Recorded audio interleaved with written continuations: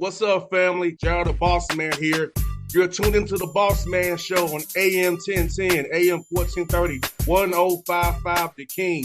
Let the King out at 105theking.com and the Bossman Show at bossmanshow.com. Hit me up on Instagram, The Bossman Show, Twitter at Bossman Show, and Facebook, Bossman Show. It's the Bossman on your radio. Listen to the Bossman Show with your host, JR, Saturdays at 9 a.m. right here on AM 1010, The King. What's up, good people? Bet Online is your number one source for all your betting needs. The latest odds, lines, and matchup reports for baseball, boxing, golf, and more.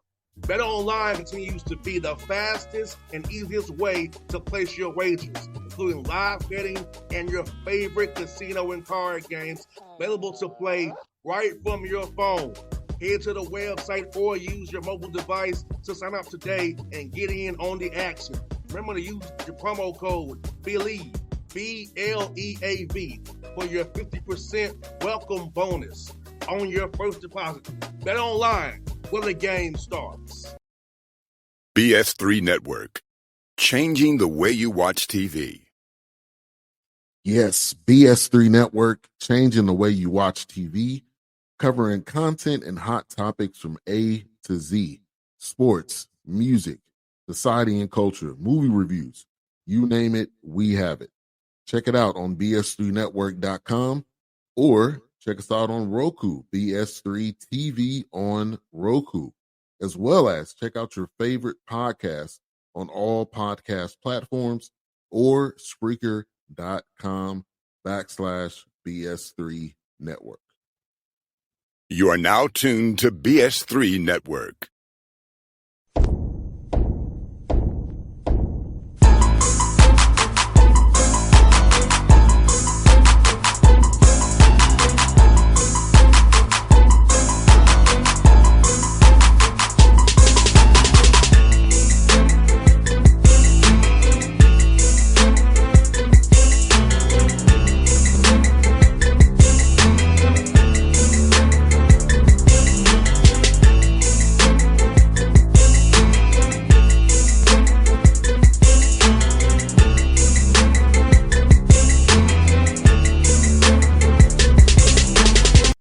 Back on the Bossman Show with living legend here, Coach Dan Monson here, East Washington Eagles, doing big things out there in Washington. Coach, good to talk to you for the first time on the show, man. Been a fan of yours for years, man. It's an honor to talk to you, Coach.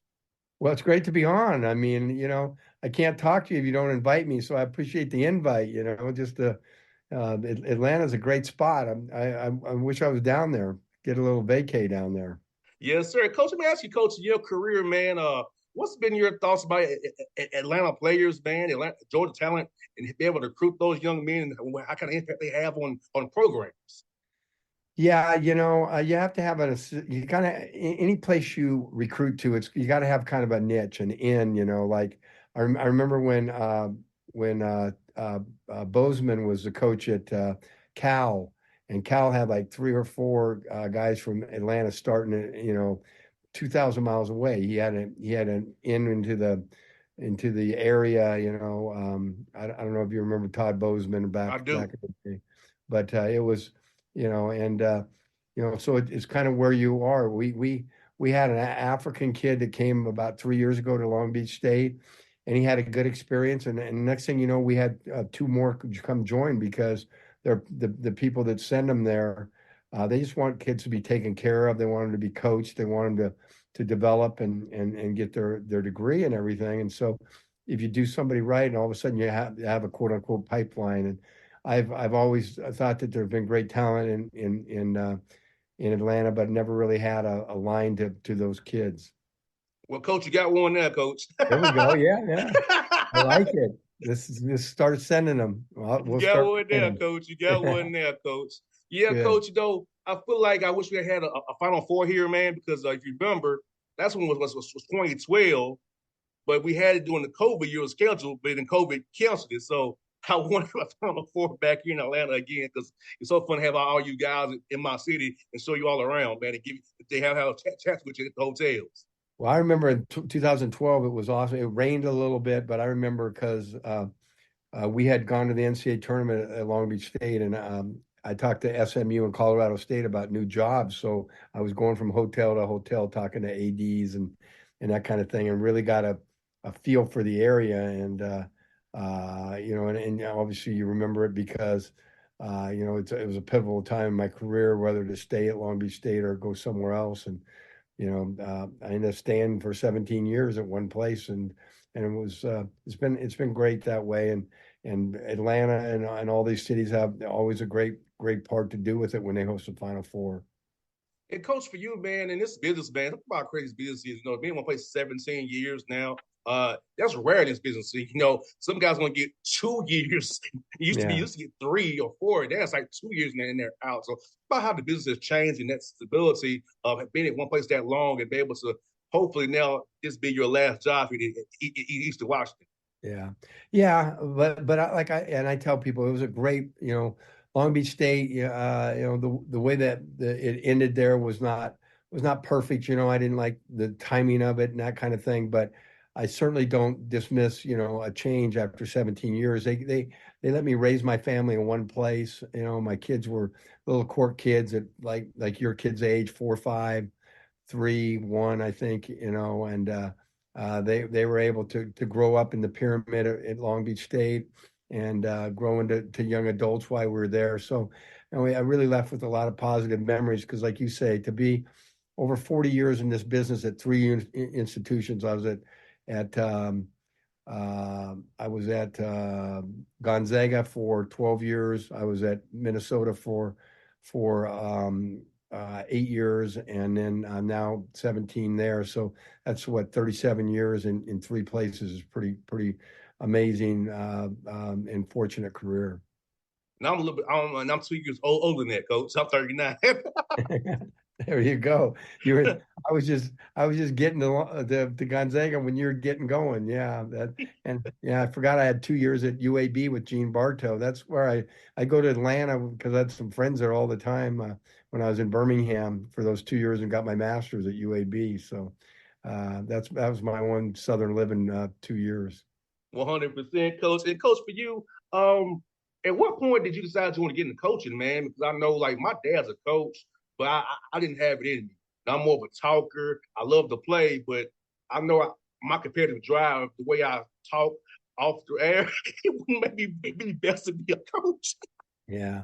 Well, that's really funny you say that because my dad was a coach, and my dad was a head coach at University of Idaho when I was going to college, and then when I first got out, he was at the end of my college, or when I was in high school, and then he became the head coach at the University of Oregon, and he was there for 8 years. And my dad was adamant for me not to coach, and so I got into education. I was going to be a teacher, and I remember taking an accounting class in my junior year in college.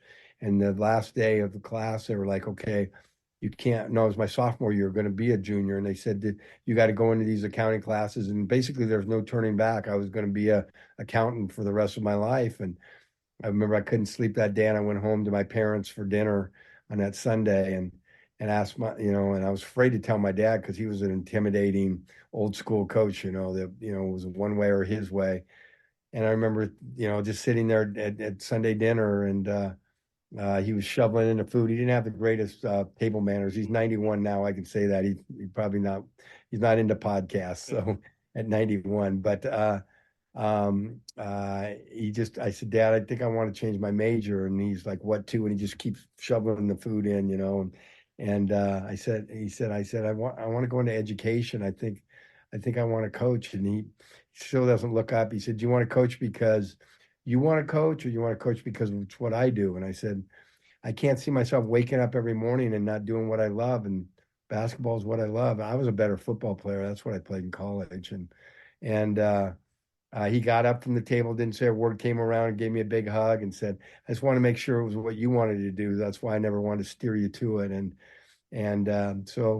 I think it was, I always say my dad taught me what it is to be a coach. I know there's a lot, I knew going in, as you would know if your dad was a coach, there's a lot of stuff behind the scenes that are not that glamorous, that are ups and downs, and you really are responsible for a lot of young men's lives and in a very pivotal time in their life. And so a lot of responsibility to it, but I just have loved it. I've enjoyed every minute of the career, had some adversity at the University of Minnesota and wouldn't have traded that because it really galvanized my marriage and my family, because I had to rely on them. And so, it's all been really, really blessed, really good.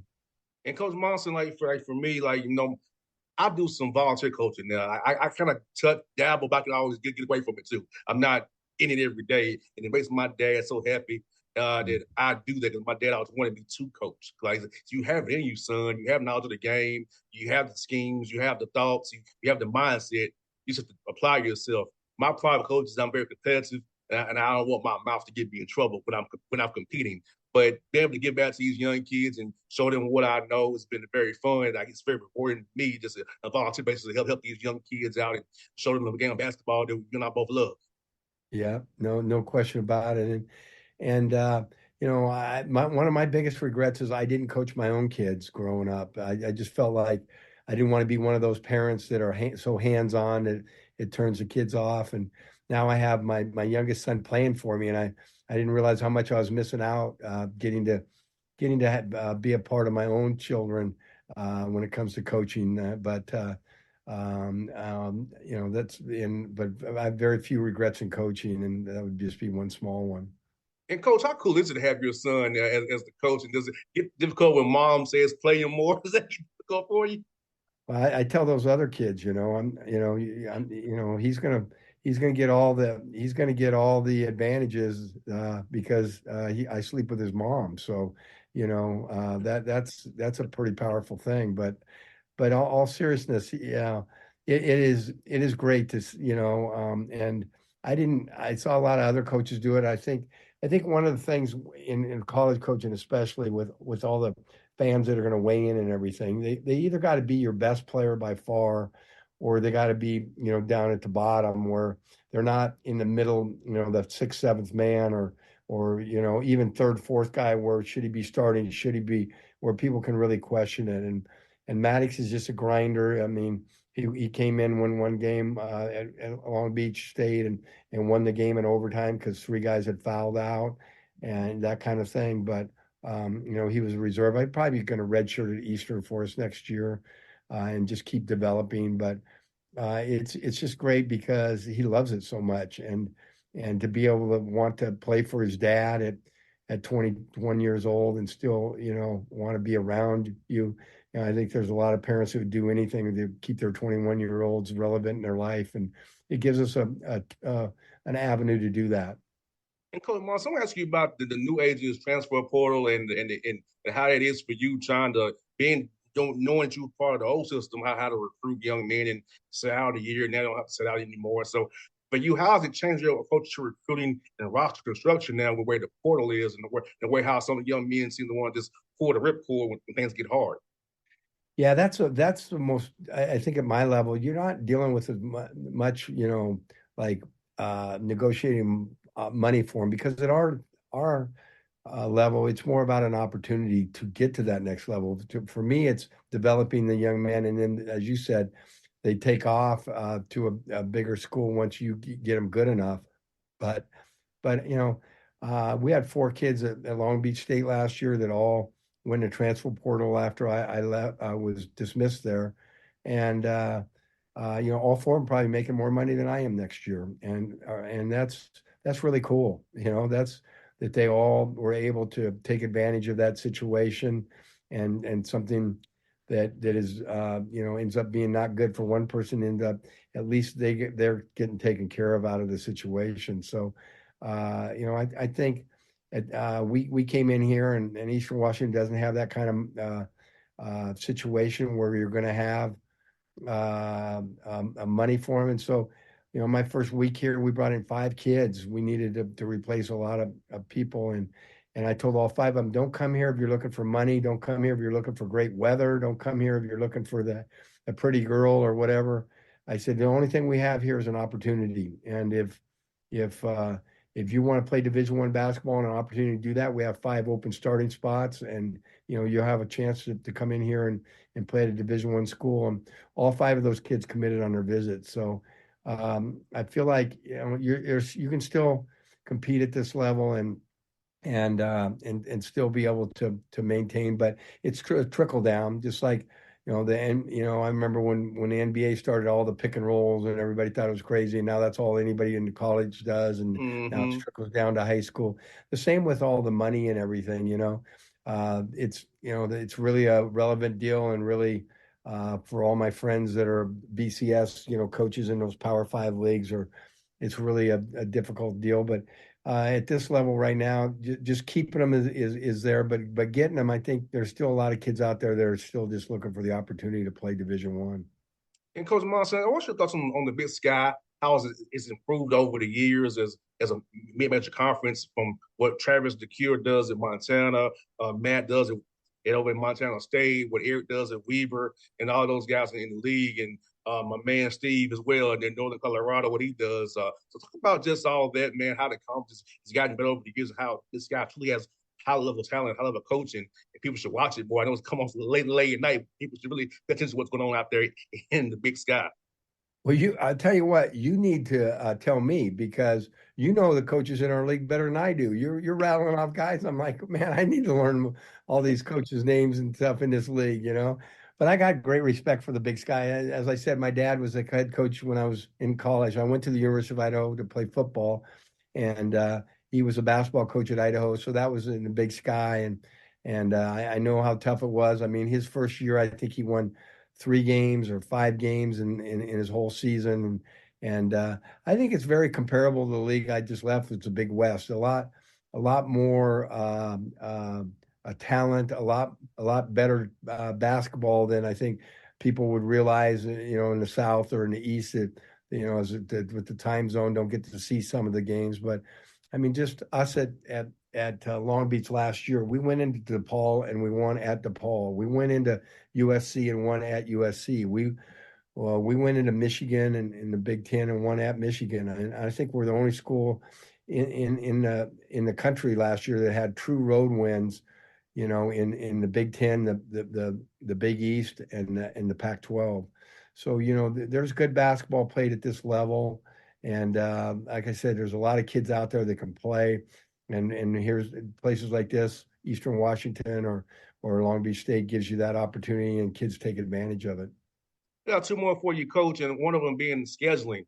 How tough is this non-conference scheduling coming for you guys, man, trying to get games out there, man, having to figure out these 2-for-1s or MTEs, man. I know it's the hardest job you have besides recruiting and scheduling. So how's that been going for you and your staff? Well, last year when we had a good team coming back at Long Beach State, I mean, like you're saying, we couldn't get games. I think we had one Division I home game in the preseason. But when you take a job like this, where Eastern's been really good, but as soon as David Riley announced that he was taking the job at Washington State, they had 4 returning starters. They all went in a portal. So people looked at that and said, "Okay, there's our easy win." So we had an easy time making a schedule. When I got here, there was only 1 game on the schedule. They couldn't get any because of those 4 players all returning. And a week after I got the job, our schedule was filled up. I mean, my phone was ringing off the hook because people were like, "Okay, there's no way Eastern's going to be any good next year with all these guys leaving." But I think we're going to have a competitive team on the floor, and we've got, I think, a really good schedule. And obviously, I've always, since my days at Gonzaga, been a philosophy of it's really a true preseason, and we want to just get better and play the best we can. And we've got some really good BCS games on the schedule, and really some games that we have an opportunity to win at. And so I'm excited about it. Now, Coach, last one for you. On the show, we don't talk about food on the show, Coach. So, for you and your staff, those long hours you kept this spring, what's the places you all hit up in the Spokane, Chinny area to find you all some good food to give you a fuel to get this team built, to get this schedule done? Well, my dad was a head coach at Cheney High School when I was born. So I lived here to the 4th grade, and then living at Gonzaga's campus is 20 minutes away. I will say, I will give a shout out to Chaps. Is a great breakfast place, and Coach Few and his wife Marcy had my son and I and a couple people to dinner last night. We had dinner at Chaps for the first time. It's right kind of on the way to Cheney from Spokane. Awesome place that it was not here when I lived here before. So I'm kind of getting to new places, but I got my staples, the Jack and Dan's Tavern. We got great food where John Stockton's dad used to own, and a good friend of mine, Jeff Condell, and Kevin Mack own it now. So it's there's a lot of good spots in Spokane and Cheney to eat. So I can't single them all out. All right, Coach, I told you off there, man, it was fun talking to you, Coach. You're a legend in my book, man. I've always been a fan of yours, been an honor, man. Let's do this again real soon, Coach. I hope to see you on live period. I'll be out and about in live period, so hopefully I catch you one of these events, man. Well, come out and send me one of those. When we see you at those events, just send me one of those Atlanta players. I like their games. I sure will, Coach. I got you, buddy. All right, man. Yeah, I'm going to hold you to it. Yes, sir. BS3 Network. Changing the way you watch TV. Yes, BS3 Network, changing the way you watch TV, covering content and hot topics from A to Z. Sports, music, society and culture, movie reviews. You name it, we have it. Check it out on bs3network.com or check us out on Roku, BS3 TV on Roku, as well as check out your favorite podcast on all podcast platforms or Spreaker.com/BS3 Network. You are now tuned to BS3 Network. What's up, good people? Bet Online is your number one source for all your betting needs. The latest odds, lines, and matchup reports for baseball, boxing, golf, and more. Bet Online continues to be the fastest and easiest way to place your wagers, including live betting and your favorite casino and card games available to play right from your phone. Head to the website or use your mobile device to sign up today and get in on the action. Remember to use your promo code BELIEVE, BLEAV, for your 50% welcome bonus on your first deposit. Bet Online, where the game starts. What's up, family? Jared the Bossman here. You're tuned into the Bossman Show on AM 1010, AM 1430, 1055 The King. Let the King out at 105theking.com and the Bossman Show at bossmanshow.com. Hit me up on Instagram, The Bossman Show, Twitter at Bossman Show, and Facebook, Bossman Show. It's the Bossman on your radio. Listen to the Bossman Show with your host, JR, Saturdays at 9 a.m. right here on AM 1010, The King.